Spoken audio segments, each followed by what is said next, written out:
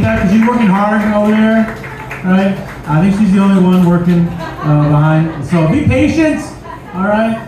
And order lots of chips and pork queso because it's amazing. And it's probably easy to make too. So anyway, order that and order drinks too. They've got some draft beer, they've got other beer, they got wine, they got wineritas, all sorts of cool stuff. So order that. I want to thank you all for being here to our show, our Chicano show, or Xicanext show, or Chicana show, whatever you want to call it.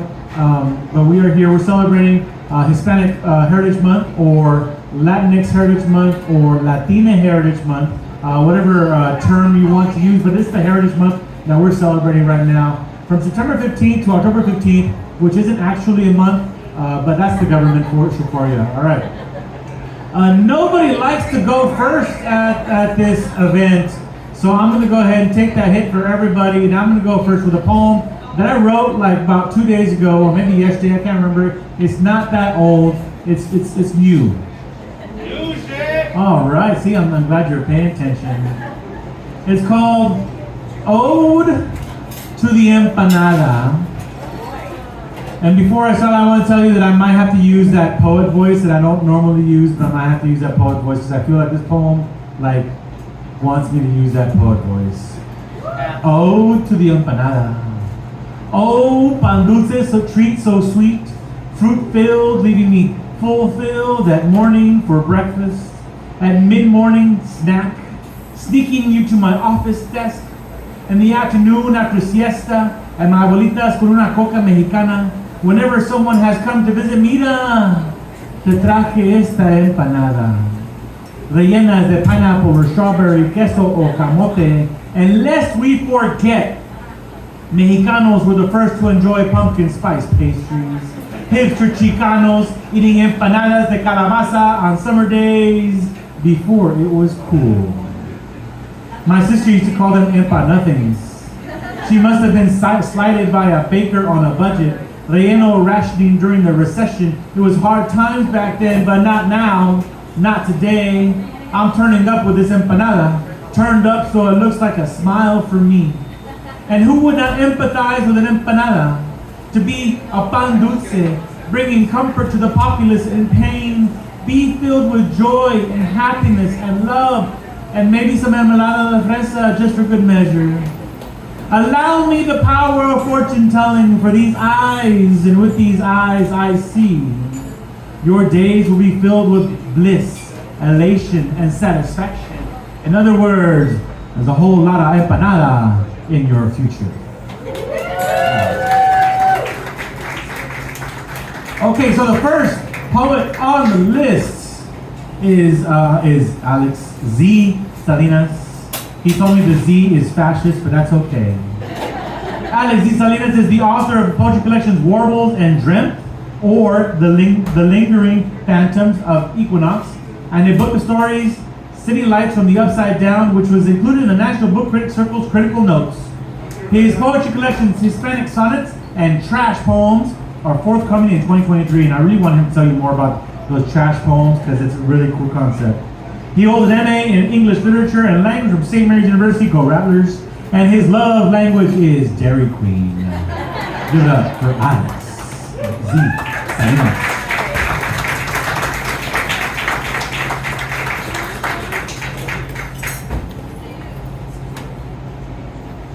Thank you all for being here. It's an honor. Thank you, Eddie. It's always super difficult to follow the taco poet or any spoken word, so I'm glad I'm here first.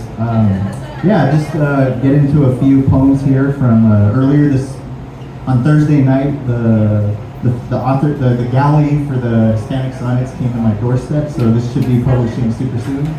I'll read a few selections from it for y'all. So here's the first one. I wasn't born on the 4th of July. That's the name of the poem. I wasn't born on the 4th of July, but the red on the flag is my blood. My mother's lipstick, the evening of her wedding, brilliant bursting rockets flooding the fly-studded air. Equality and immortality making jokes of whipped tongues. I declare, dish out your heart like little pieces of expensive pie. as if in possession of flawless credit, the balance of which carries into the afterlife. Entrenched roots, extraordinarily American. Rhyme and shining reason skipping hand in hand through plank trapdoors beyond which pain-faced angels sing our names. Buzzing phones, operatic rebirths, the green pastoral sea filled with mighty adversaries. All ye who answer server-fried ads, please be braver than me.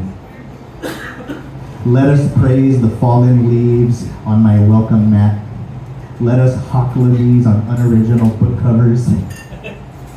Let us bury our animality with currency. Let us pacify crying children on balconies. Let us solve the problem of we, the progeny of infinity. Let us call a broken bus a dusty shoebox. Let us dry our bodies with dignified old glory. Let us resurrect Gatsby's old sport. Let us capture our identity on the other side of the mirror, and let us confound intelligent masses with profoundly imbecilic poetry. Let us bow over Gutenberg's grave. Let us swallow the ashes of history's flames and confess our transgressions to the bloodless moon. I was not born on the 4th of July. Must be why I hate apple pie. I consider destroying this document as if it never existed. How many more times can I change my mind? Thank you.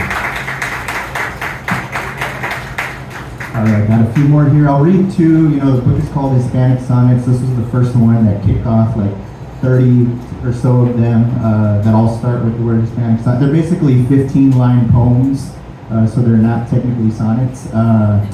The last line is separated, and I just decided I didn't know what else to call them, so I just called them Hispanic sonnets because Hispanic is such a weird word. I don't really know what it means, but that's what I grew up calling myself. So here's the first one, Hispanic sonnet.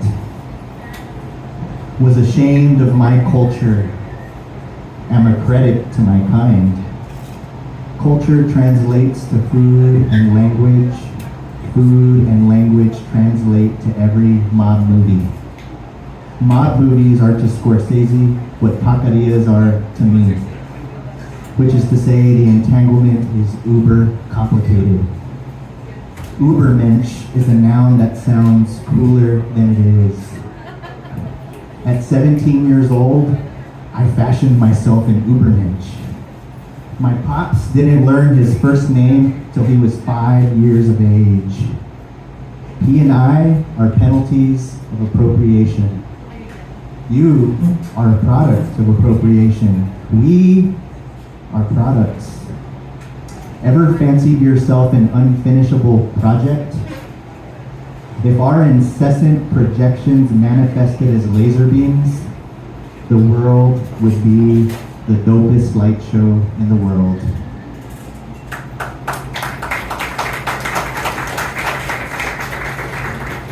I got one more for you. Well, two more poems, but one more from this book. This one's called Hispanic Sonnet, or the Logic of Magic. There are two kinds of folks: those who deem their bodies their own, and those who are extra with sharing.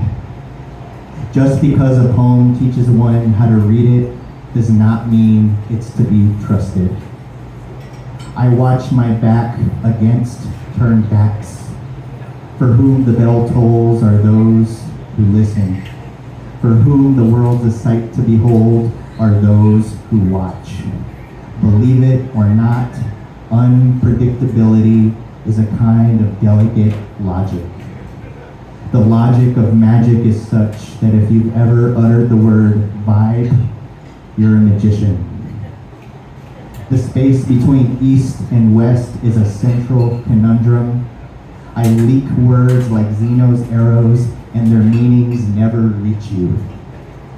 If a phone rings and nobody picks up, you're wedged in the matrix.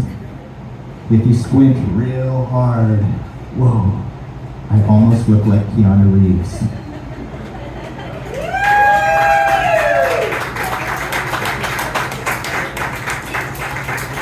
Okay. Got one more. This one's from my first collection called Warbles. Gosh, I wrote this poem. This one also kind of has a series of poems in it near the end called The Great Thing About, and there's just, so many different topics, but I do remember writing this one somewhere on the west side. Maybe I was at like the Ingram Starbucks or before the pandemic. I just felt like really grimy when I wrote this, so the great thing about being sometimes Hispanic. The part when I infiltrate the imperialist hive, but not the part when my wings fall off. The part when I afford to shop at Target, but not the part when I still eat Taco Bell. The part when my skin looks white, but not the part when it pans after a hike. The part when I speak un poquito Spanish, but not the part when I can't understand grandma. The part when I earn a college degree, but not the part when I can barely pay for it.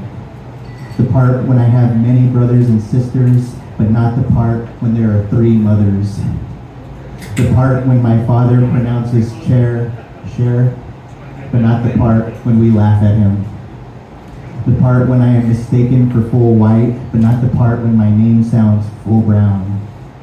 The part when I am blessed with rhythm, but not the part when I hate to dance. The part when I dreamt I was white, but not the part when I opened my eyes.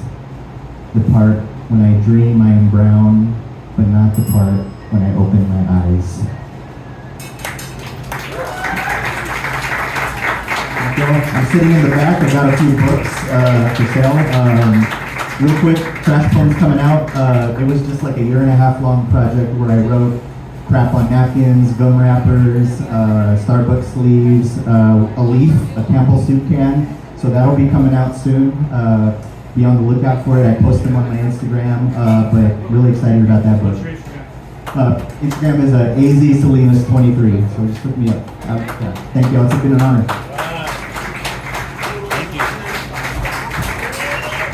Thank you, Alex, aka at AZSalinas23.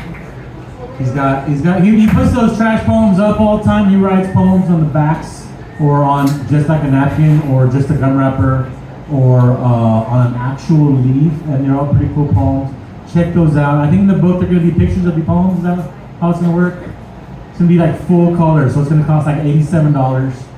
No, I'm kidding. You can get it on sale for like, a little bit less than that. But do buy that book when it comes out. And then buy his other books right now too, because he's got to pay for that degree that he said he got and he couldn't pay for, right, in the poem. So go ahead and do that. Incidentally, the whole share chair thing, that happened with my dad too. Remember that song, Chain of Fools? Yeah, how's that go? Chain, chain, chain. Forever I thought that was my dad mispronouncing shame, shame, shame. And I was like, what? That's actually what it says? I was so surprised when it actually said that. Anyhow, next poet on the list is Jen Yanez Alanis. A Chicana mestiza activist, educator, and poet. She's a PhD fellow in culture, literacy, and language in the Department of Bilingual Bicultural Studies at the University of Texas San Antonio. And her debut collection, Surrogate Eater, has recently been published by A La Brava Press. Give it up for Jen.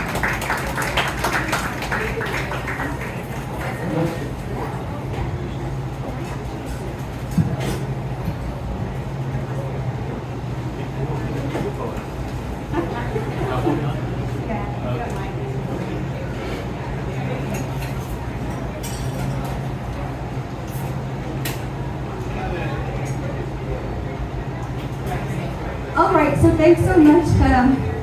I'm really, really happy to see a lot of my dear friends.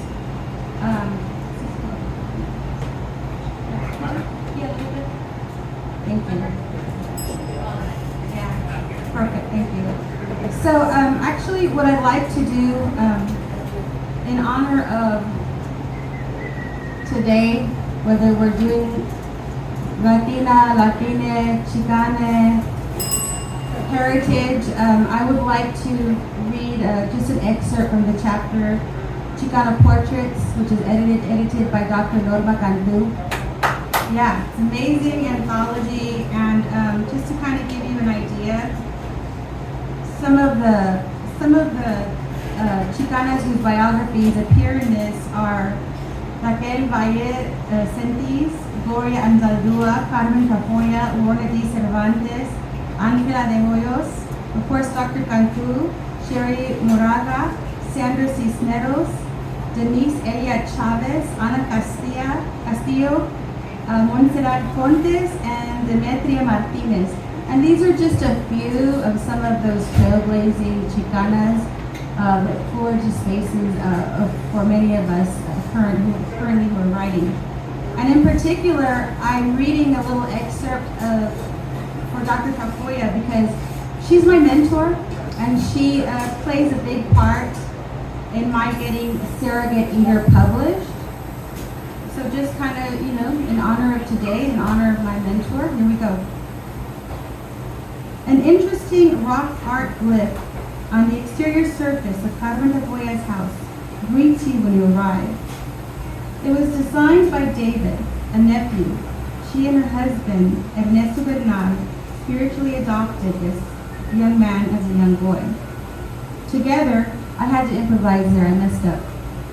Together, David and Tafoya toiled and textured over a boring and predictable pattern of swoops and scallops by carving and chiseling out new details and giving the wall an appearance of an ancient system of petroglyph communication.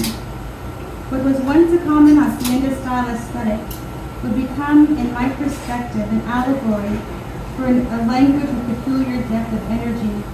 This energy in flux, always evolving and always in a state of discovery and invention, seems to spread outwardly from within the surfaces of Tafoya's home. The deeply carved front door, thick with welcome, symbolizes for me a threshold where one's imagination integrates into the world of a story, a poem, a manifesto, the interweaving of life's experiences fully entangled with an endurance of creation and creativity. And so throughout the pages, I decided that it was really important to select some of Dr. Tafoya's readings that really highlight empowered female spaces, very transformative spaces, especially because this is the space that she created for me in my own writing. So with that being said, there is some content warning. The underlying theme of this book is being in recovery from eating disorder. And while it's a very transformative space, it is trauma-informed. And this book is especially devoted to my daughter, Maribe, who is now 23 years old. And sadly, Maribe was victimized and bullied through most of her school years because of the size of her body.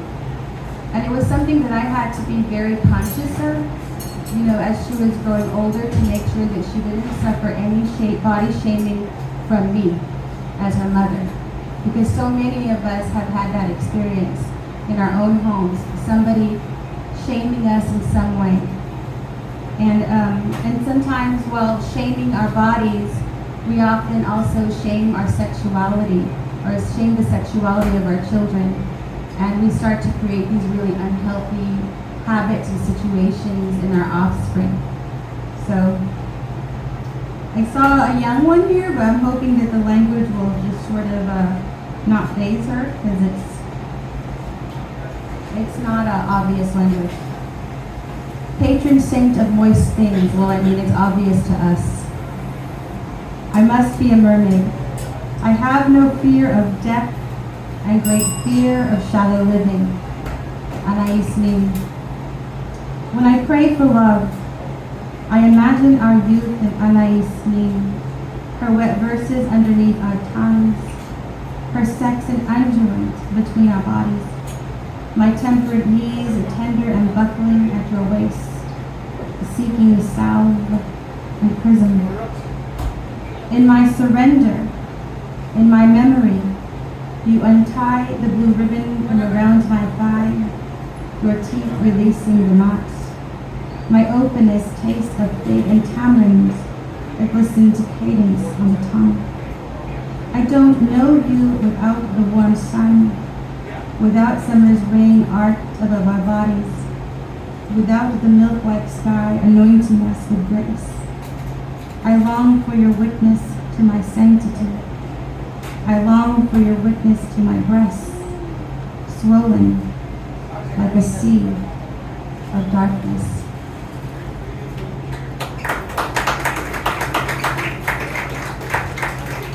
Surrogate eater. On our days out running, I pace your stride across the asphalt, your hips and thighs thin and alive. Mine yearns to mirror your body. Yours refuses facts so naturally. The rhythm of our breaths is synchronized. We gleam as glaring candles. Virgencitas kept as prayers, lit on sills at our mother's windows. Now you sit so close to me.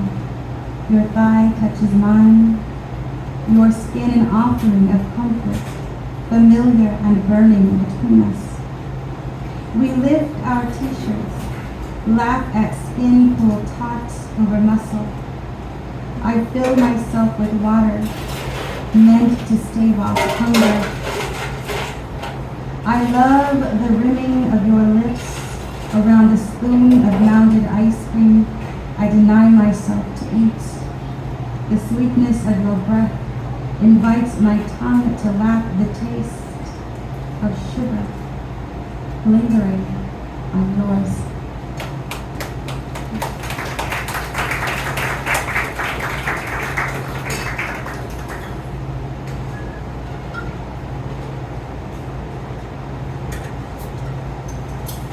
This is a poem in the collection. It's specifically written for Marida.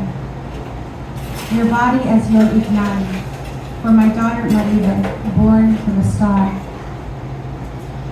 A tub filled with warm fragrance keeps your history, your submergent loyalty, a Mayan queen. You uphold 10,000 births, your palms an ascension.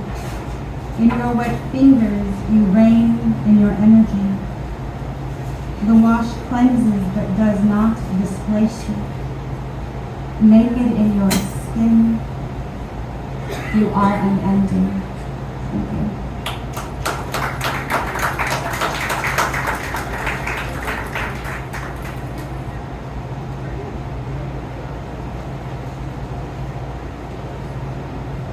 Deluge. We escape the night of our homes, the softness where we dream with our spouses, the perfect constructs of our offspring. We gaze beyond the pink moon into her shadows, hidden spaces where we touch without boundaries of skin or restrictions inflicted by marrow and bone. We didn't want to drown. We opened ourselves to the darkness, submerging our bodies and able to lap the deluge.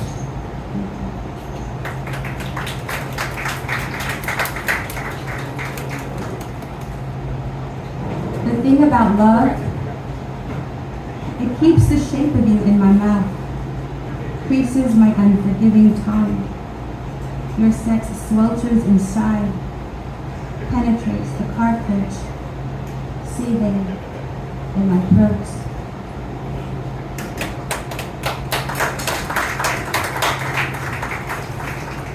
I'm trying to find some of the most, the poems that might not reach the little one's ears. Kneeling quinceañera. Virgencita of first dance and of first mercy. I am offered up in a white dress, a vessel of transgression and sex. Between my thighs, the crimson sin of Eve's unraveling, I lay 2 dozen red roses at Mother Mary's feet. My gilded crown tilts toward her radiance. I retch an absolution. Knuckles clench the base of my altar.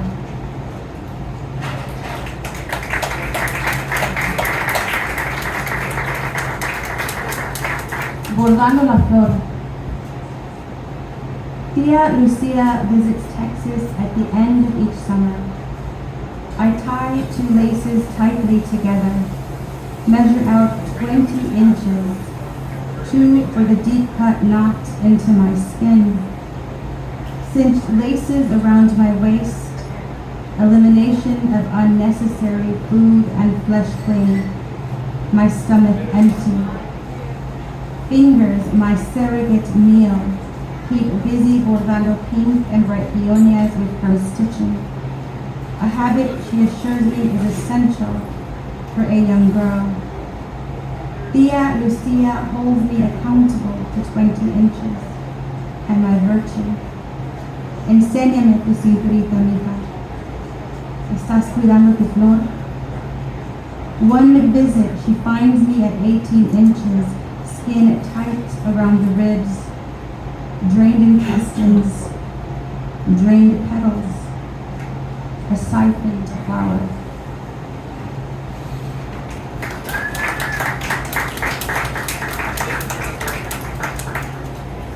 Binding. Abuelita takes the cloth and winds it tightly around my hips with stern insistence of strength. She whispers ritual de la cuarentena as rigid knuckles against my skin pray promise. Mother takes up the slack and pulls the binding taut, winding upward toward my ribs.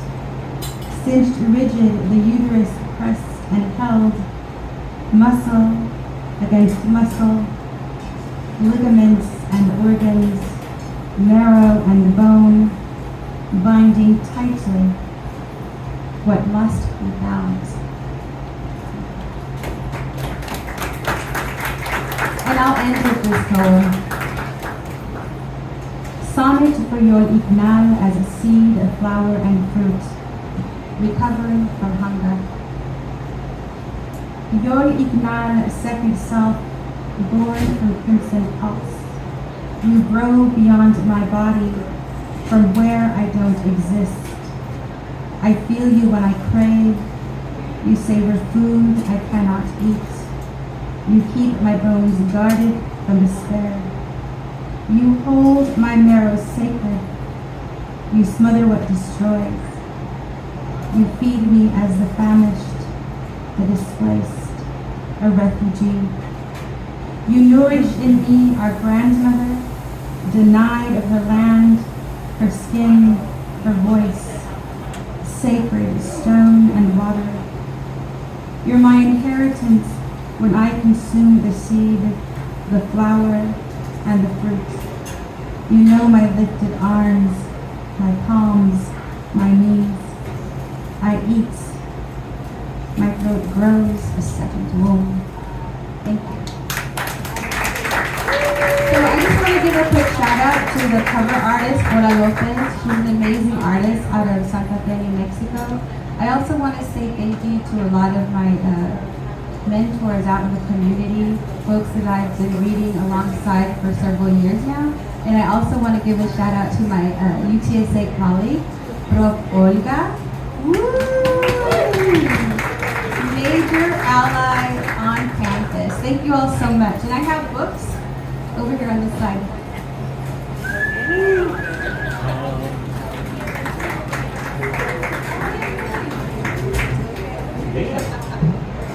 Right. It's always cool when the poets come and like sit on the stool, you know. That makes it like super poetic. Right? It makes it real. Like we're real poets. We sit on stools. And all we need is a bongo. We'll be totally there. All right, I want to give a shout out to artist and poet and donkey lady, among other. I mean, so many great portrayals out there, out at different spaces, Illuminati and such. because Mari Barrera is here. So I'll give a shout out to Mari Barrera. Because she's from the Valley, and artists from the Valley are all cool.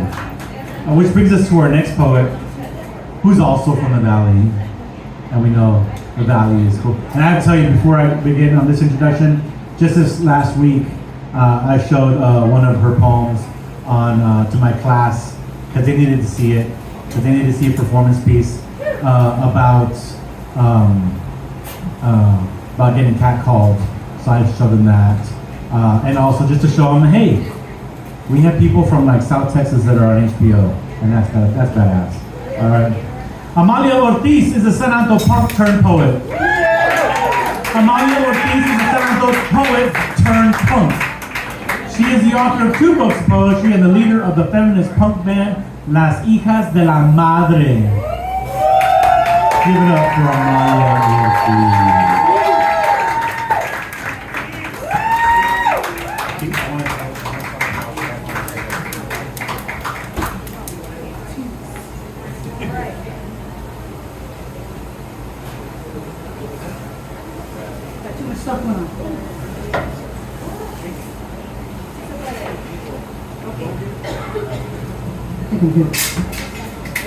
So I'm going to start off with quite a few poems from my newest collection. It kind of stalled out recently because when I was writing it, I got burnt out and walked away for about 6 months. And recently came back to it and I'm like, hey, I got some stuff. And eventually will be my next manuscript based on research and writing about women in punk. And this first piece is called You Want to Kill Me, because I realized everything in this world wants to kill me. You want to kill me, strangle me slowly, hunt me down and cage me, deny my dignity. You want to kill me, brainwash my family, bind us in slavery, steal our humanity. The church, the state, the job I flip and hate, the KKK, the NRA, the fascist USA. Just give it to me straight and stop lying to my face. I know you want to kill me. You want to kill me, feeding me toxins, control my options, walls shrunk and boxed in. You want to kill me, shallow bombastic, blank minds, fake bodies, choke me with plastic.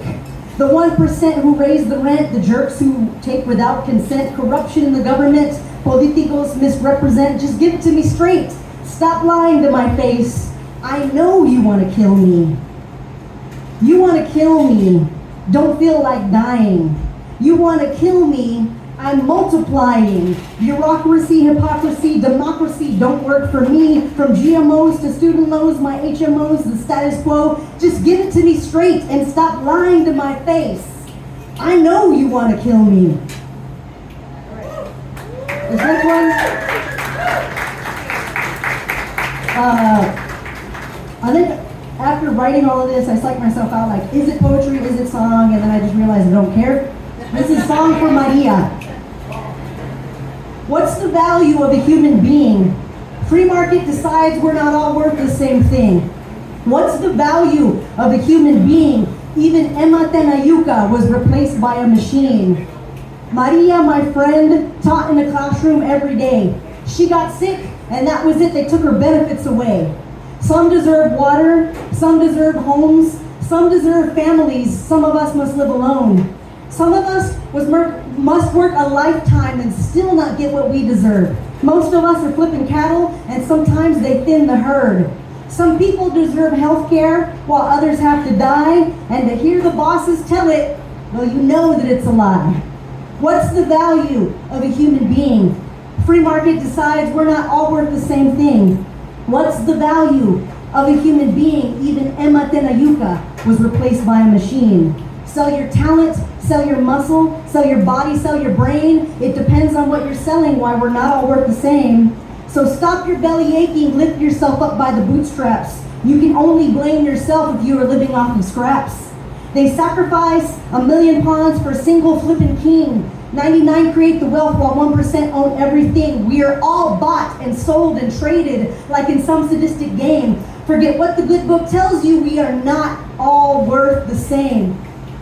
What's the value of a human being? Free market decides we're not all worth the same thing. What's the value of a human being? Even Emma Tenayuca. Even Emma Tenayuca was replaced by a machine. Maria, my friend.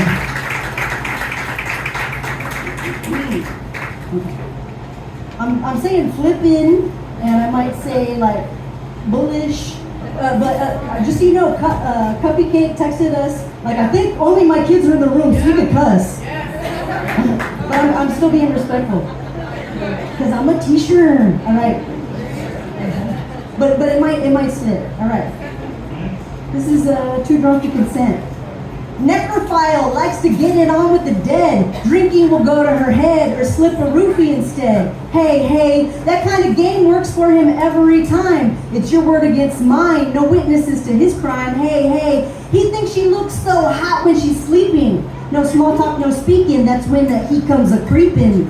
Stumbling, tumbling to the ground, he thinks she wants a pounding. Pervy and rapey is how it's sounding. She's too drunk to consent. Your actions are no accident. You waited all night long. Now she's too drunk to get it on. She's too drunk to consent.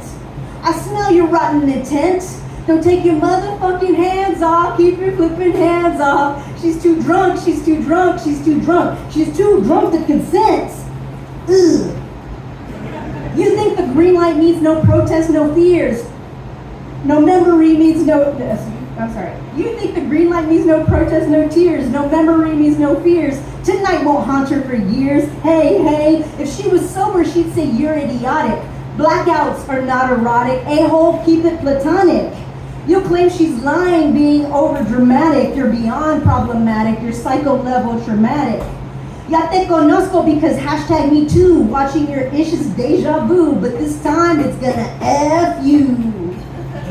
She's too drunk to consent. Your actions are no accident. You waited all night long. Now she's too drunk to get it on. She's too drunk to consent. I smell your rotten intent. Don't take your mother fluffing pants off. Keep your flipping hands off. She's too drunk. She's too drunk. She's too drunk. She's too drunk to consent. Hey Juan, Eric, and all you other rapey a-holes out there. Even though you got away with it, I won't let the world forget your shit. She's too drunk to consent. Your actions are no accident. You waited all night long. Now she's too drunk to get it on. She's too drunk to consent. I smell your rotten intent. Don't take your mother flipping pants off. Keep your flipping hands off. She's too drunk. She's too drunk. She's too drunk. She's too drunk to consent. Ugh.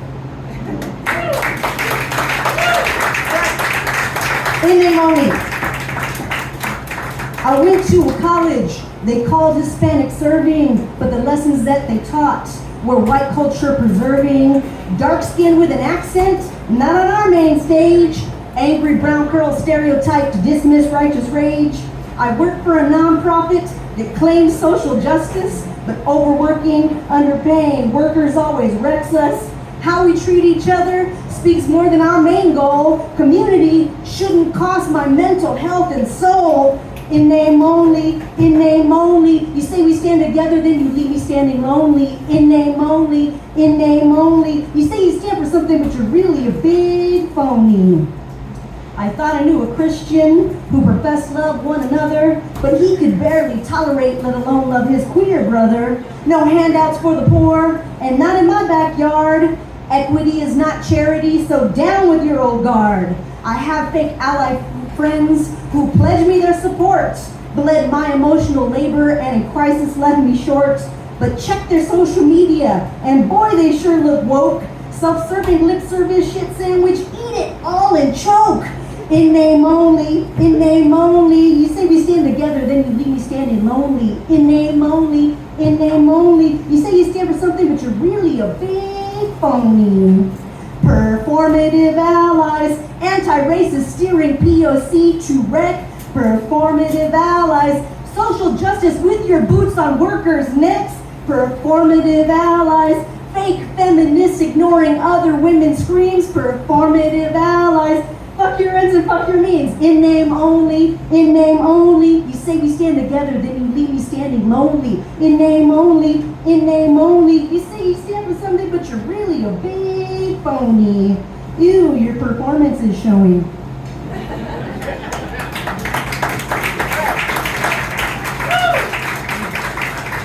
I got books, they're over there.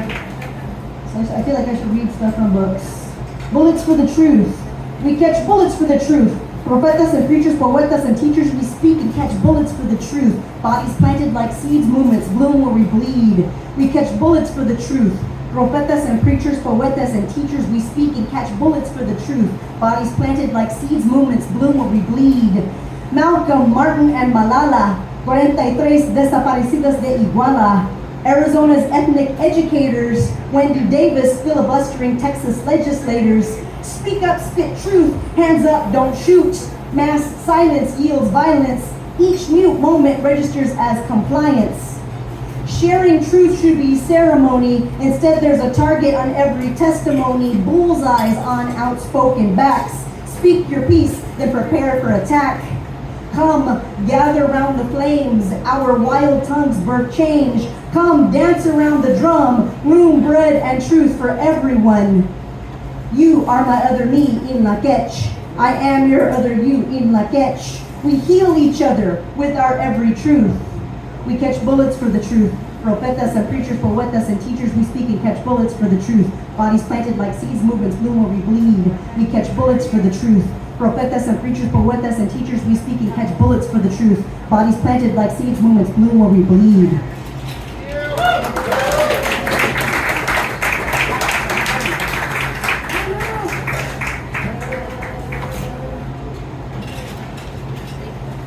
Oh my God. I can't do this one because I don't have glasses. Ah! All right. Poet. Anyway, yeah, it's a great site. Excellent. I gotta say, excellent editing on this book, Eddie Vega. Please pick up Eddie Vega, editor of this one, and the plot is just right. And this is from a play I wrote, Carmen de la Calle. Enough thinking, time for drinking. Bust out a cascarón y quiebralo. Enough thinking, time for drinking. Let's toast Fiesta San Antonio. Enough thinking, time for drinking. Don't ask me why we party, I don't know. We owe less thinking and more drinking, thanks to the order of the Alamo. Don't learn the history behind the party in the streets. Don't question why El Pueblo celebrates its own defeat. Don't question how católicos converted indios. No piensa en quién perdió ni quién perdieron o quién ganó. Los indios called this land Yanaguana long before the priest renamed it San Antonio de Padua. Los indios were beaten until they spoke their Spanish right. Then the Czech, German, and Irish ran them off because they weren't white. Forget the Texians who stole Tejas de Mexico. No piensa en quién perdió ni quién perdieron o quién ganó. Don't question social constructs of the rich southern elite. Don't ask, let's just get shit-faced and buy something else to eat. Enough thinking, time for drinking. Compra un pound of cake y cómelo. Enough thinking, time for drinking. Let's toast Fiesta San Antonio. Don't ask about manteca, it all tastes better with lard. You'll crave it to the grave when all your arteries are hard. Don't ask about corn syrup, just pass the deep fried dough. Don't question diabetes rates cause you don't wanna know. Don't pass me any veggies, just serve me extra meat. I'll wash down my blood pressure meds with beer after I eat. I'll get the midnight munchies and eat more after that. Latas, gorditas, puppy tacos, no longer we're fat. No pensamos en que ponemos ni aumentar de peso. No piensa en dieta, solo cúbrelo con queso. And spread on extra mayo to my corn in a cup. It's not fiesta until I see somebody throw up. You know, thinking, time for drinking. Hoy got a chicken dance, pues bailalo. You know, thinking, time for drinking. Let's toast Fiesta San Antonio. Enough thinking, time for drinking. Don't ask me why we party, I don't know. We owe less thinking and more drinking, thanks to the order of the Alamo. Let's toast Fiesta San Antonio. Pam pam. That's my time. I'm Amalia Ortiz.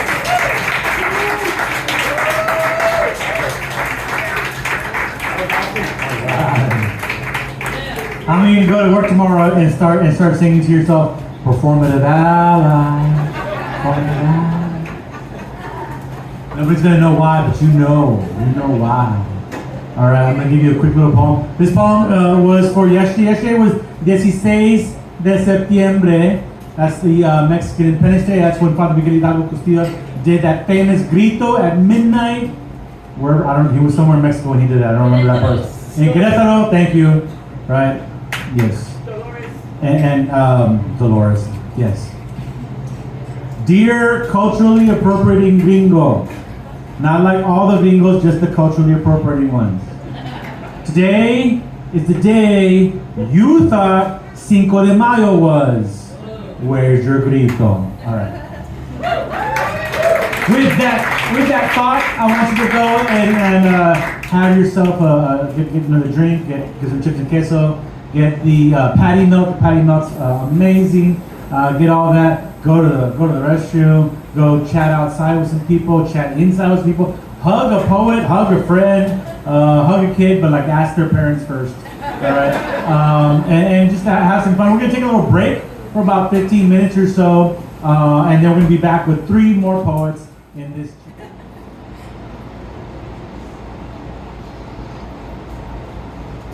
Little brown girl uncomfortable, little brown girl meant to hide, little brown girl meant to look away. Stop from rolling those eyes. Mind the business that pays, speak by usted and not tú. Cross your legs when you sit and don't be running around in that dress with the boys. Go help your mama in the kitchen, go help your papa with his boots. Don't talk back, porque no se falta el respeto, calladita, te ves más bonita. Untangle your hair. Curly hair isn't kept, straighten it out, don't twerk, be still, no eres niño. The little brown girl, we count on you so much, but we might have shaped you to allow disrespect in this world, because as much as we want you to be more than us, we armed you with no backbone, no self-love, a permanent role in the kitchen and no voice. We taught you silence to perfection. Little brown girl, we failed you, but please, go conquer the world.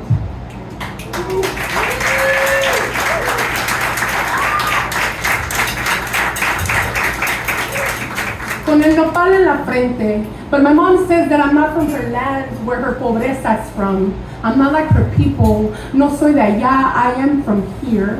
And though the mission was for me to go further than her, she says it with sadness, because in order to survive here, I had to learn to blend in, and in order for her not to be sent back, she had to be quiet and learn to dim her light. I, unlike her, was born here on the other side, on the better side, on the side where one day I might not feel hunger like she did, on the side where dreams are made of, where school is free, on the side where one day I'd have enough for my kids, where I qualify for more, on the side where I can be someone, where one day I get a real chance, here where I stood out like a sore thumb anyways, where there's no pala on my frente grew greener and pricklier as time went by, where before I said my name they knew I was from over there and not from here. And maybe she expected for me to turn into one of the many nopales Texas has and blend in, but she forgot. Some of these nopales have flowers too, and they produce the sweetest of fruits, tunas. And I've grown into a whole garden atop a nopal meant to stand out, where now, in moments when the world says racist shit, she would have lowered her head and be quiet. But I raised my voice louder so my oppressor's ancestors can hear me loud and clear, where while they criticize this nopal, their insecurities are showing, and they're low-key jealous of how unique I am in a sea of bland, porque me veo bonita calladita, pero me veo chingona gritando, because I can't tame what I am, and because my calling is to hand my jefita the crown she dropped. We don't have this country building empires on our sweat and backs so we can remain anonymous. I want my name on the deed, Mr. Colonizer, and next to it, you can write Miss Nopalera. You can't shame what makes you insecure, because all my people have shown you is how we're surviving off crumbs you throw at us, because your migajas feed our soil, and these gardens are growing on dirt you gave up on, and our seeds can live without your murky water, and you can't control that. We have become your worst nightmare, We have become the hybrid version of a whole generation you tried to kill off. But as nopales, we continue standing, unbothered, untamed, with red blood flowers on our heads.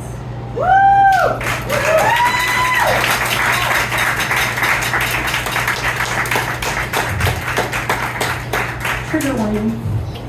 This is for every person who thinks the Me Too movement is too much or an attempt for attention. Hi, my name is Aida. I am 39 years old and I'd like to make a report. I'd like to finally make a report. No, wait, I'm sorry. I am 37. I am 37 and I'm finally starting to fall in love with myself. I'm finally able to speak about the past. I am 37 and I'd like to make a report. You see, I thought it was a good idea to join my ex-fiance for a party. And on the way home, well, I was drunk. I was barely able to walk into my apartment and I was bleeding all over the place. And I tried to make this report.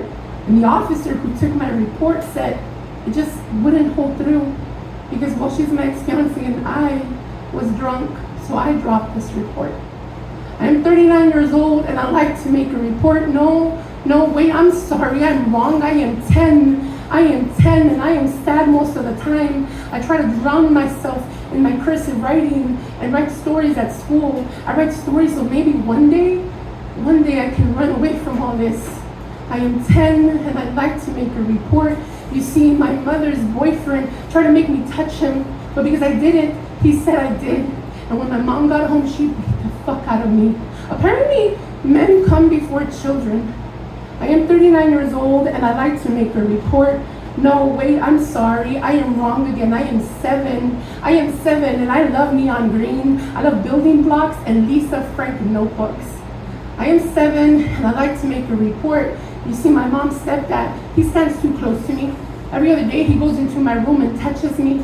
I'm almost 9 now, and every other night he goes into my room and rapes me. I close my eyes and I try to go anywhere my mind takes me. I am human, right? I am 39 years old and I'd like to make a report. No, wait, I am so sorry. I am 5. I am 5 and I love hugs. I love my dad and I love Care Bears more than anything. I am 5 and I'd like to make a report. You see, I don't think anyone should touch me there, right? I shouldn't feel this way, right? My uncle shouldn't touch me there, right? I am 39 years old and this report is for those who judge why some of us took so long, why I took so long to say my truth. There should be shame, not for me, but for them. I will release their names like I should have a long time ago. Francisco de Leon, I release your name. Bernardo de Leon, I release your name. Alejandro Robles, I release your name. Christy Garcia, I release your name. I release your names because they no longer belong within my soul, my body, my choice. I am 39 years old and I need to make this report.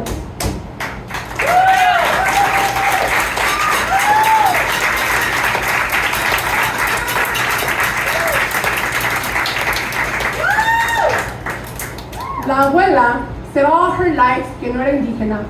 She was not indigenous and I was confused because her nopal kept peeking out from her skin and sometimes I'd see it more green and prickly than ever. And a florecita would wave a petal or two. Also, growing up, I always wanted to wear turquoise, hot pinks, and reds, but my mother's family would say to avoid them because then I'd look very chuntara or Mexican. 2018, the movie Roma came out, and my father is an alcoholic. And his words, well, he calls them tough love. Every time he'd fight with my second mother, he'd call her Yalitza for Yalitza Paricio because my second mom is a beautiful shade of brown clay, the one that reminds us of Mexican roots. My family calls my younger sister my carbon copy because she's meaning me but dark.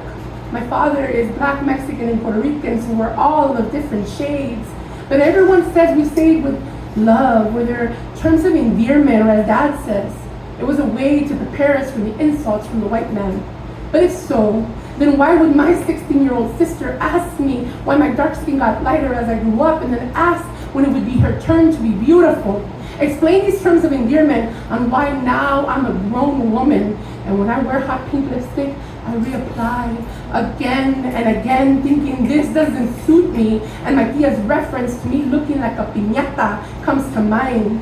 They say we have this racist part within our country, and this country treats us like second-hand citizens. But maybe it's time. It's time for us to start from our core. Maybe it's time for us to look within, admit we are toxic, do the shadow work, because either side of my family, whether black, Puerto Rican, or Mexican, wasn't better than the other. And we can't sit here thinking this colorism shit doesn't exist. Because I shouldn't tell my sister she needs to wait to be lighter and beautiful, because she already is. That despite her skin color, that looking black, Mexican, or indigenous isn't bad. That we are worth more than our skin. That this pink lipstick is more than okay. And I look nice as fuck. And it brings out the hot pink flowers on my nopal. At least it matches my bright soul. That being the skin tone of the colonizer isn't something we should be proud of. And I finally stood up and told my father to shut up, that there is nothing wrong with Yalitza, and he can't keep saying we're beautiful like our mother when he's sober, and act weak and stand with the outside world, judging my mom for her beautiful skin. And at the end, Abuela is indigenous, super indígena, con pies anchos, and a sturdy nose to smell when the rain was coming from miles away. Her roots are as indigenous as a nopal that finally stopped hiding and grows against her wishes, because I've been a rebel, a malcriada, a terca, and I've been watering mine above my head with as many tunas and florecitas she tried to run away from. Aquí somos de todos colores. We come in all shades, not one better than the other. Our colonizers speak out of insecurities, and gone are the days we fucking agree with them.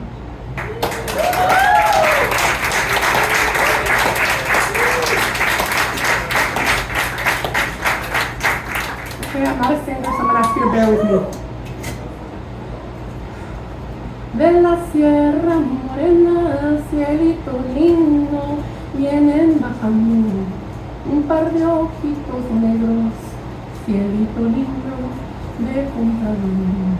De la Sierra, ¿qué? Morena, not light, not white, but dark. Y un par de ojitos negros, no claros or blue eyes or green eyes, but dark eyes like yours and mine.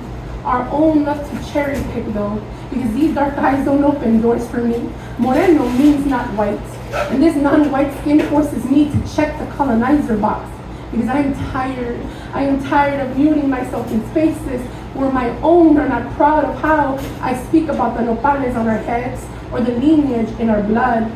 We're no longer in the era of blending in and avoiding being sent back to the motherlands. Gone are the days we all sit on the sidelines and let our country take our best parts and bully us to hide. However, I'm not coming for the white man. No, cabrón. I'm coming for the ones that look like you and me. The ignorant ones who repeat what our racist elders said as kids. When your tios carve their friends to feel cool, who think the N-word or M-word or maricón, manflora, or frijol are terms of endearment, or shit that's cool to say because others say it too. I'm coming for a country back home that glorifies us as Latinos chingones, but turn the other way when we speak our dialects, with curved, sharp tongues or firm, constant rolled eyes. Because both my culturas have taught me this. Our ancestors had to hide their kink, their dark skin, their accents deep within, and our culturas are stuck on that. When we're a new generation with bigger issues than calling each other what the colonizers have called us, because I'm a part of two culturas that make this world go round, that bring flavor to the arts. I refuse to hide who I am. This world demands us to mask enough. But gone are the days we aim to be roses when we're meant to be birds of paradise. We don't bloom and blossom for no one but ourselves. And the motherland can approve or not. When I wear my nopal a la frente, or when it shows through my heart, or when my roots refuse to hide in dirt, this world throws at us. They say in order for things to change, we have to do things we have never done before. So here is for no longer blending in, or letting outdated, ignorant poets among us continue the self-hate, dimming our colors, hiding our accents, or becoming simply roses.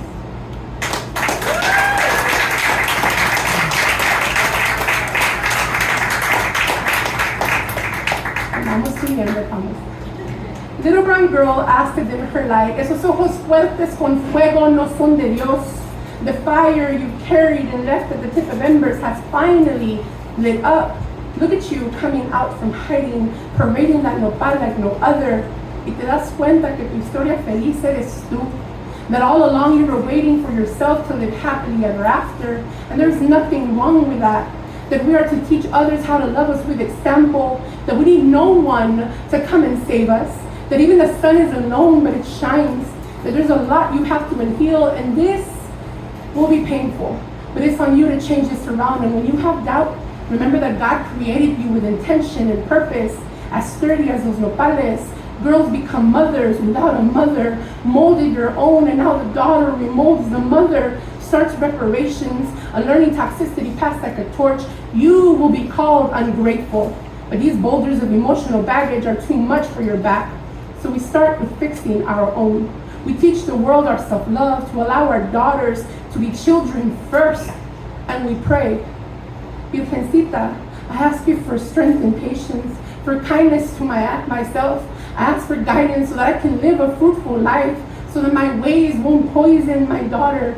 I ask more for my mother's soul. Let her find compassion for herself. Let her find forgiveness and love for her own self. Let that inner child finally rest.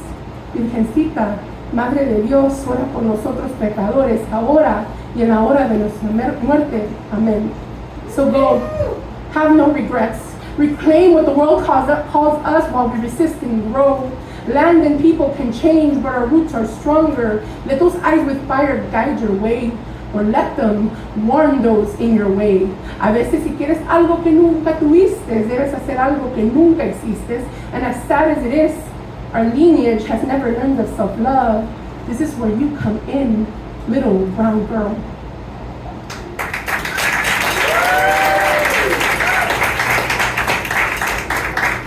And just an afterthought. Y cuando me preguntan qué prefiero ser o a qué me comparo, un nopal, porque los nopales resisten todo y aunque quiera, crecen flores.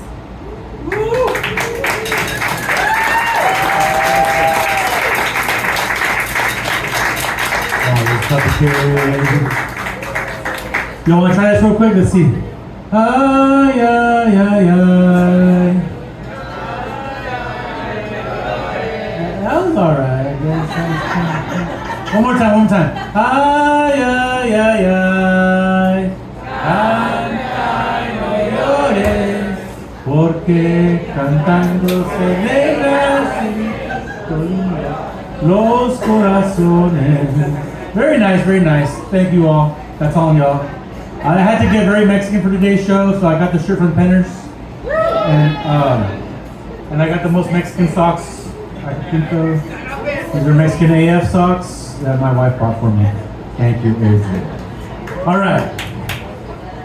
This next poet I saw at a reading recently, and I was like, you live in this town, why am I not seeing you around like everywhere reading your poetry? So I invited him over.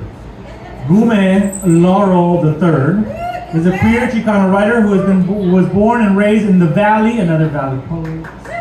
His poetry and fiction focuses on telling stories of intersectional identities and shines spotlights on the communities he's a part of.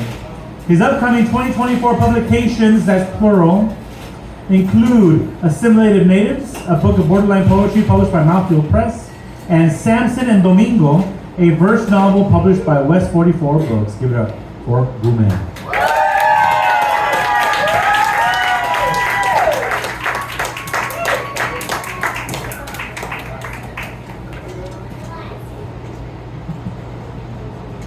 Hi, my name is Gume, and yes, that's my real name. But also, like, no, it's not my real name. My real name is actually Gumecindo, but like, I have a bad habit of selling myself short. I cut syllables like corners, make myself more palpable, less to digest, easier for you to stomach, because I am a mouthful that can give you heartburn. But don't you dare call me spicy, or I'm gonna call you out on your racism. Though I like wouldn't totally hate you if you want to consider me hot. On a good day, when my Cymbalta is Cymbalta-ing, I consider myself an open blaze. Make flaming Hatitos jealous, make flames of more or wish they could. Volcano, I've got hobbits, elves, and men coming at me thinking like I want something to do with their magic ring, but The idea of permanency gives me the chills, so don't give me a ring, text me instead. I love to read. Words, minds, nobodies who think they know a thing. I never cash out fresh green in one sitting. I have a bad habit of not finishing what I started because when I was 8 years old, okay, look, I have a hard time opening up. I am a sun, refusing to rise if it isn't cloudy enough. I require a buffer room between my shine and you. BuzzFeed quiz results call me an introvert, but I just call it laying low. I don't always mean to be seen shining too brightly in a country that tells me to go back to where I came from, despite the fact that I am from here. I never really know where I am going, especially with my words. I talk in cursive, with lots of loops and circles taking forever to get to the point. I moved out of the valley because I thought it was too small, but now I never leave my apartment, so maybe I'm not a size queen after all. But I want to be a king of hearts when it comes to finding a space within myself to call home, ace the test of time when seasons are too bitter to wear anything other than an oversized hoodie. I want to fit in. I want to find a place to call my own, but as time goes on, I have found those two to not be mutually exclusive. Maybe I'm paper origami, a swan trying to get back to being flat. Or maybe I'm still the tree. That way, I could say that I am still rooted, growing, giving back to the world a breath of fresh air. It would all be so real. And I suppose that that's everything I squeeze between the M and the E when I say, my name is Gume.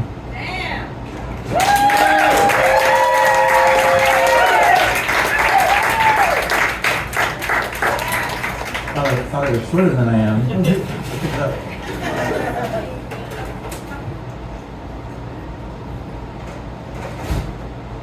I have a heart of rose gold. A boy like me is not a dime a dozen. I've been told that floral arrangements serve as prayers. For those in hospital beds and those who have managed another year, so I make sure to keep my vase filled to the brim with holy water. Tears from saints with thorn-pricked thumbs, years spent away from home stay fresh in my mind. Alleys behind bars, faces I will never put names to. A stranger once told me that I am on a different frequency. And I think maybe that's why nobody is ever tuning in when I speak. I light a candle in hopes that someone will turn the dial on their radio so that they can jam out with me. But then I remember it's flowers that do the trick, so I walk through a meadow that was once a forest, remind myself how every empty place used to be full. I prove that this theory is a two-sided coin when I fill my palm with little pink flowers, the kind that grow wildly in Texas, except I tame them with a pinch and a pluck, and I wrangle them with a lasso bow to magic trick them into a bouquet. I leave them in the place where I first learned to tie my shoes, in the same cemetery where, whenever I visit home, I leave flowers for strangers who were not always strangers. This rose gold heart, my prayer, when I hope someone is tuning in to hear, while into the vase I offer another tear.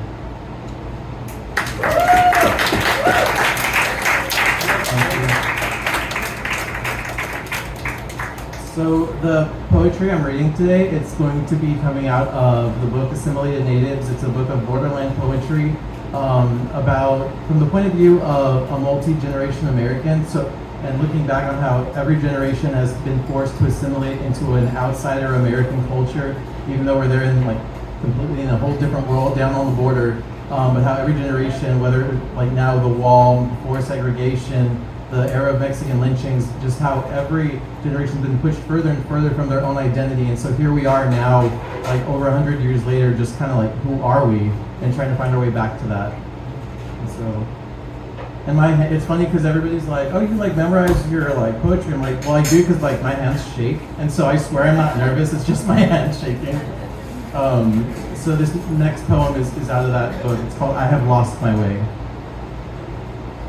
I carved my footsteps out of marble stone, paved way for a past I'll never run back to, but somehow stumble back towards when I get drunk. And in my peripheral view is the longing that tugs me in this direction. Hard were the strides made to get me this far, taken by generations that came before. Up the mountain from valley below sang songs of deliverance, a people once slaves set free. To the dawn were sorrows offered.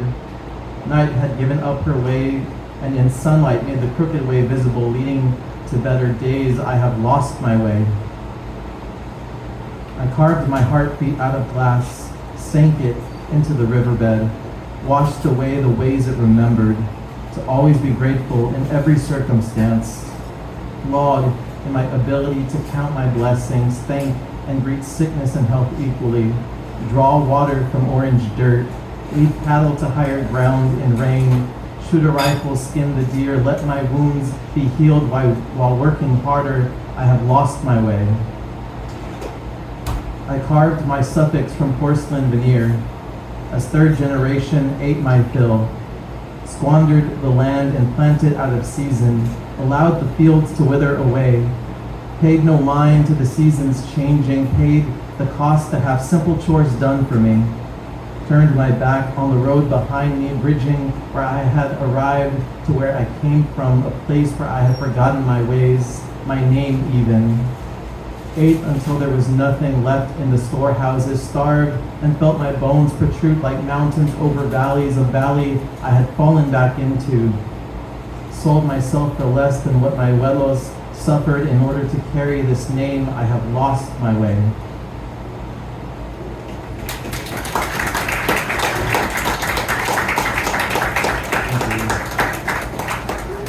So I got two more. This one is this poem is Assimilated Natives. It's the heart of the collection.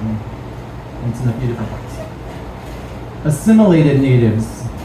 We do not speak with the sun-fire forbidden tongue of our own fathers, as if we were not carved by broken promise and soothing song within the nightfall wombs of our own mothers. We were taught to sound like the foreigners.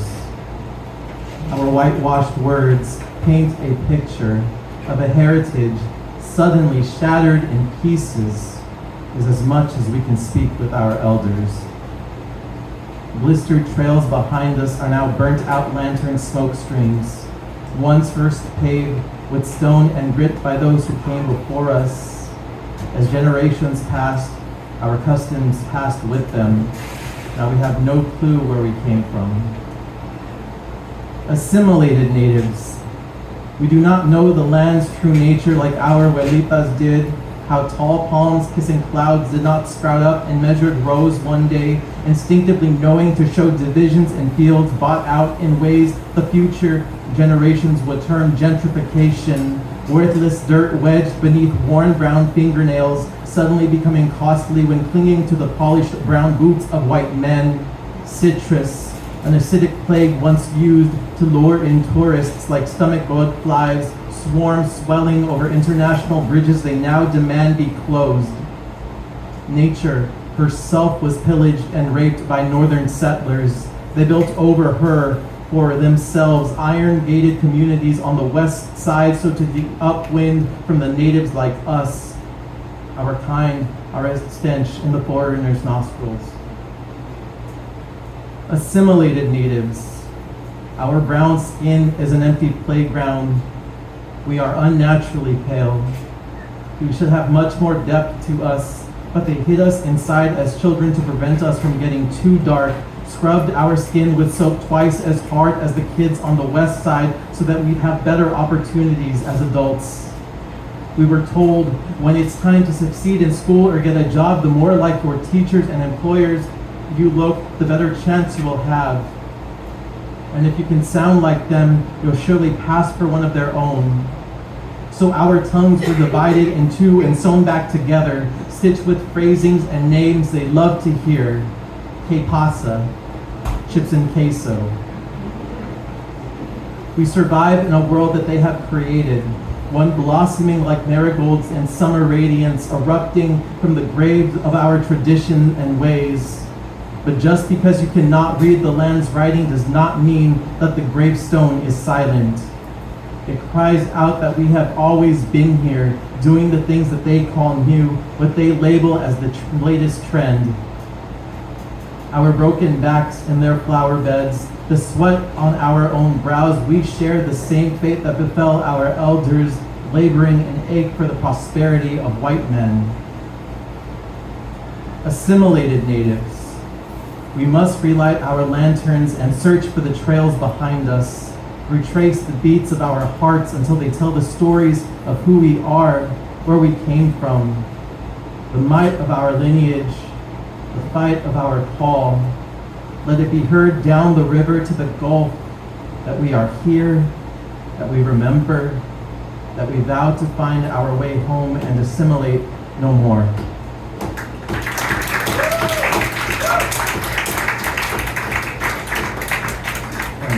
So before I get into the next one, if you're interested in buying books, I got books, $10 a piece.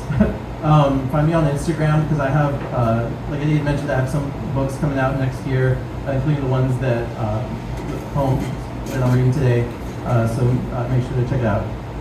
This last one, it's kind of like a letter to myself, sort of. Little me. It's called Little Hoto. Little Hoto, dancing on the border. Us queens never looked so razzle-dazzle, sugar plum fairy fly, swaying from one side to the other, trying to balance the tender and machismo in you.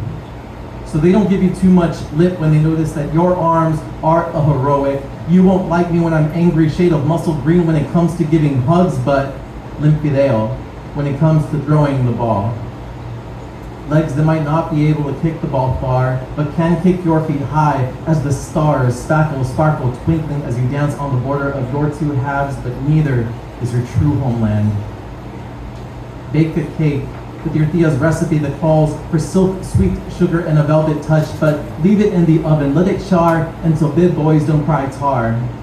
Spend time in a fragrant garden watered by your Theo's thumb, kissing the manguera into a fountain, but stomp on the flowers on the way out, and in, stomped all over. You have been made to be the beat down, burnt out doormat to everyone who refuses to accept your jazzy sparkle, who refuses to comprehend your folkloric flair, applauds their own toxic, poorly disguises, I know what's best, this is for your own good, ignorance.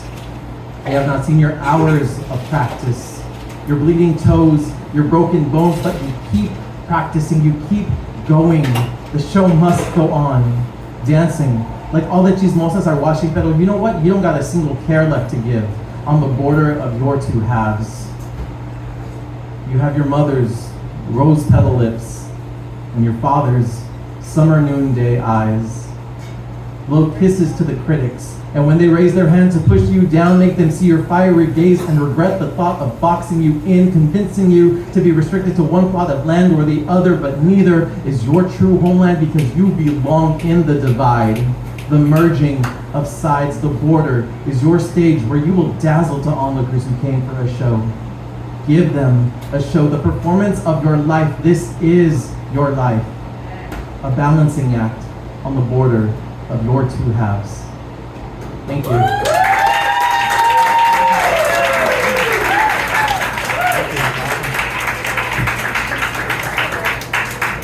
That was good. So this is the last poet of the evening. You're supposed to go. I know. Hey, but come back in 2 weeks on the I think it's October the 1st. And come back, and we're gonna do like a part 2 of this, but it's an open mic. So you want to come bring your best cultural stuff, of any whatever culture you identify with. Come on over and come on the open mic, 5 o'clock, right here at the Mouth Dakota Poetry Project at the Dakota East Side Ice House. That's where we are. And then the following 2 weeks, the following show is with Edward Vidaure. Edward Vidaure is coming up to. That's right. He's going to come up. The editor, the publisher of Flower Song Press, and I should know that because that's my publisher. Anyway, Edward's coming up here. He's got a new book, but he's not publishing it to his publisher because that would be self-publishing, and he doesn't want to do that. He got it published to another publisher. He's going to come in and preview. I'm not sorry, and show you his new book and all his other works. Anyway, this next poet is awesome.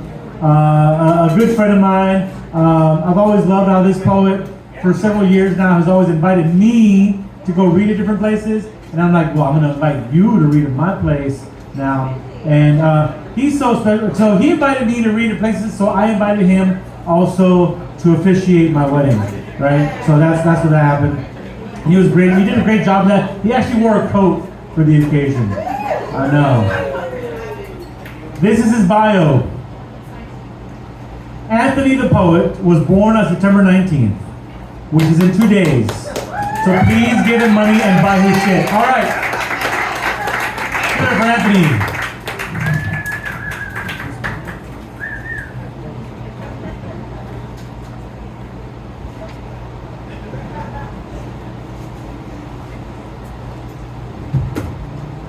Hello, good morning.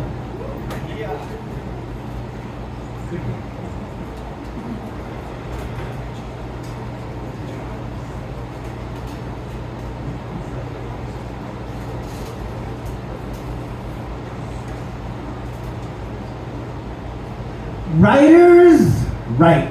You'd think this was simple enough, but I happen to know writers who don't write. You're not a writer if you want to be a writer. You're not a writer if one day you plan on publishing the great American novel, but right now you're just taking notes, and you're not even writing those down. If you wrote 1,000 love poems back in middle school that horny teenagers used in courting each other sometime back in the 80s, but haven't written anything since then, you're not a writer anymore, but you used to be, and you really should be again. A writer writes. That's what I tell the kids. And you don't have to be good to write. You write to get better. Bad writing becomes mediocre writing, becomes good writing, becomes excellent writing. I swear that to you with all my heart, kid. And writing doesn't have to be a poem. Some of my favorite writers are sports writers, because after the San Antonio Spurs end up winning a 6th NBA championship in the next few years on a Sunday night, I want to read about the San Antonio Spurs winning a 6th NBA championship on Monday morning in the paper. I want to see what kind of verbal spin that writer puts on Victor Wembanyama's 7'3" spinning moves. I want to see if Jeremy Sohan's on-court soul shines as bright as his hair. Tell me you're not good at writing, only good at math, and I will have to say to you, now you have forced me to show you the power of writing, because through either similaric or metaphoric extension, writing is or can be like anything else, and sometimes writing is like math, except that words are the numbers. There's addition and subtraction. It's called editing. There are formulas and unknowns, and a beautiful metaphor is like the parabola's approach to infinity. Writing could be the only evolutionary reason we ever gave up our fins for hands. There's a reason why headstones at the cemetery aren't blank. Wanna be a Chicano revolutionary? First show me what a grito sounds like in ink. Scratch some script on paper, sniff the fire, let me know if the world is burning. And it doesn't really matter what the world says. Despite all those words, nothing is written in the stars. Those are endless connected dot possibilities, subject only to your own personal cuneiform. So write your own dream from beginning to end. And it doesn't matter that you haven't been a writer in a while. Your refusal to remain silent will be your renaissance of resonance. It's like they always told me when I was a kid. Writers write. Scratch some script on paper, sniff the fire. Let me know when the world is burning. Thank you.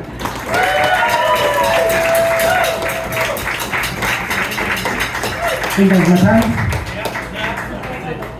I'm gonna catch my breath by reminding everybody that there are poets serving up awesome words, and they're selling books and t-shirts that look very much like this right over there. There are also awesome bartenders serving up drinks and food, so make sure to tip them.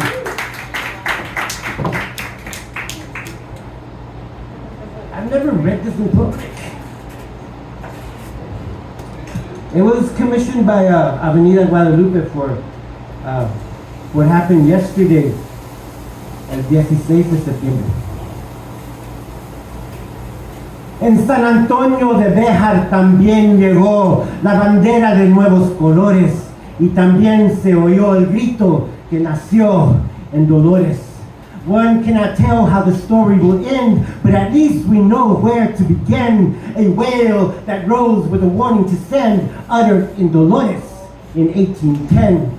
As the bells of the church rang through the night, waking the pueblo to liberty's light, a voice rose like a fist of great might, stirring la gente to wake up and fight. Move, my children, con la resistencia. Levántense contra la violencia. Claim your land and your rightful herencia, y que viva la independencia.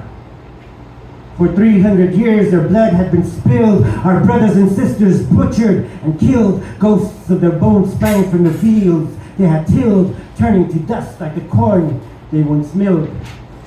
De Guanajuato hasta San Anto, esta historia es lo que canto, como los sueños de un espanto. Huesos saltaron del Campo Santo. El grito burned por todas las plazas, a whirlwind of wails stoking las brasas. Libertad para todas las razas, and here it was roared out by las casas. Aquí les digo a todos algo por las palabras de Padre Hidalgo, de jaulas encadenadas salgo, sigo libre y sé lo que valgo. It is as if we can still hear him say, let's help God answer the prayers we pray. Get off your knees and I'll show you the way. That vision of freedom still rings today. After 500 years of oppression, we stand here in full verbal expression. La Guadalupe guides our ascension as we stake our ancestral possession. We continue con la resistencia, la raza cósmica, our herencia. Ya basta con toda la violencia y que viva la independencia. Thank you. There's one of y'all would throw a grito because I don't know how to throw it.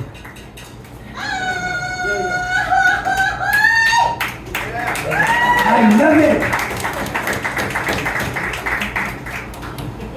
Something lighter. How much time do I have? 2 more. Chalupas on Valentine's Day.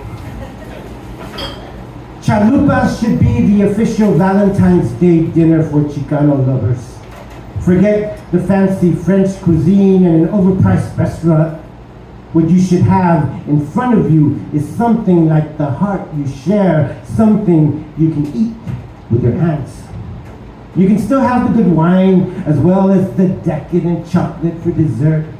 But how can you beat chalupas on Valentine's Day as you look into each other's eyes? Like the ever fragile love between you, that chalupa shell will break a little bit at every bite. It will shatter in asteroidal chunks all over the plate. Tomato, onion, lettuce, beans, ground beef, avocado, salsa, cheese. All of these will tumble down in pieces from their meat mountain to a lower place, but it will not be any kind of falling from grace. For every morsel will be carefully picked by eager fingers and kissed clean by yearning mouths until there is not even a single shred of cheddar left on the plate. And what can be more romantic than that? Thank you very much.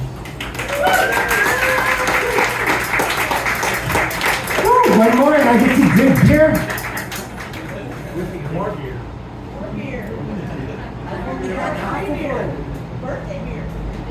Birthday beer. Oh yeah, birthday beer. Can I do the taco poem that's in your book? That book is awesome, by the way. I don't know if he's sold out. Asina is how we talk, right? This is called Taco City, USA. As long as it's tender, pero not too aguada, I will probably order the tacos de carne guisada. There are days when I will pray on my hands and knees for bean and cheese and even weep as I beg for dos de bacon and egg.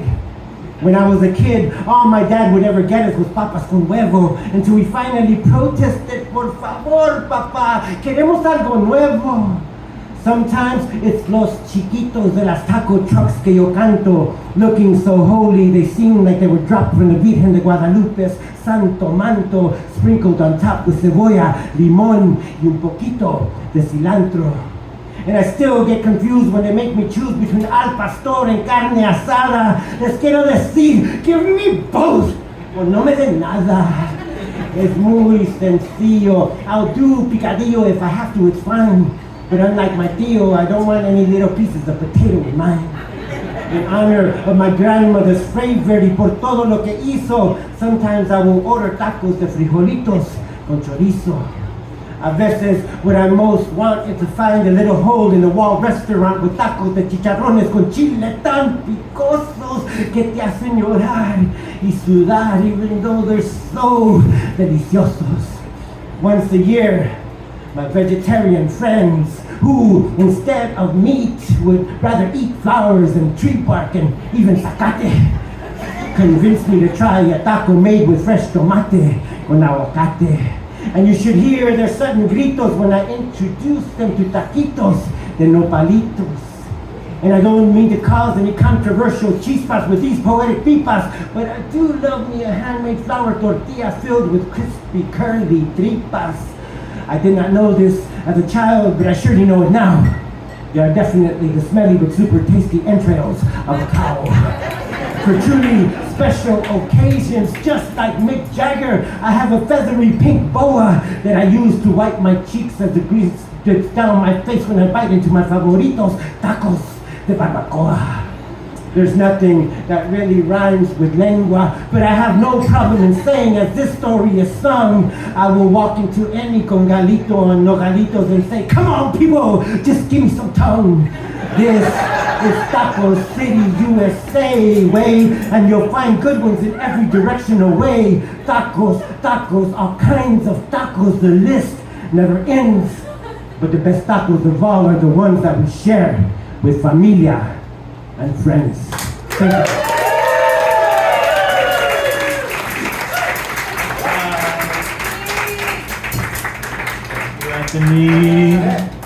Anthony didn't put this in his bio, but he's got a book coming up, and I don't know, whenever we put it together, and it's all about tacos.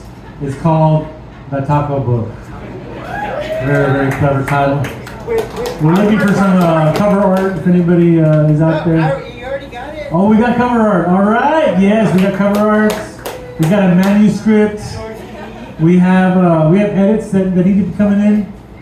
Yeah. Whenever he gets to them, and usually they're somewhere between about 1 and 4 a.m. And that's when I get all the messages from Anthony.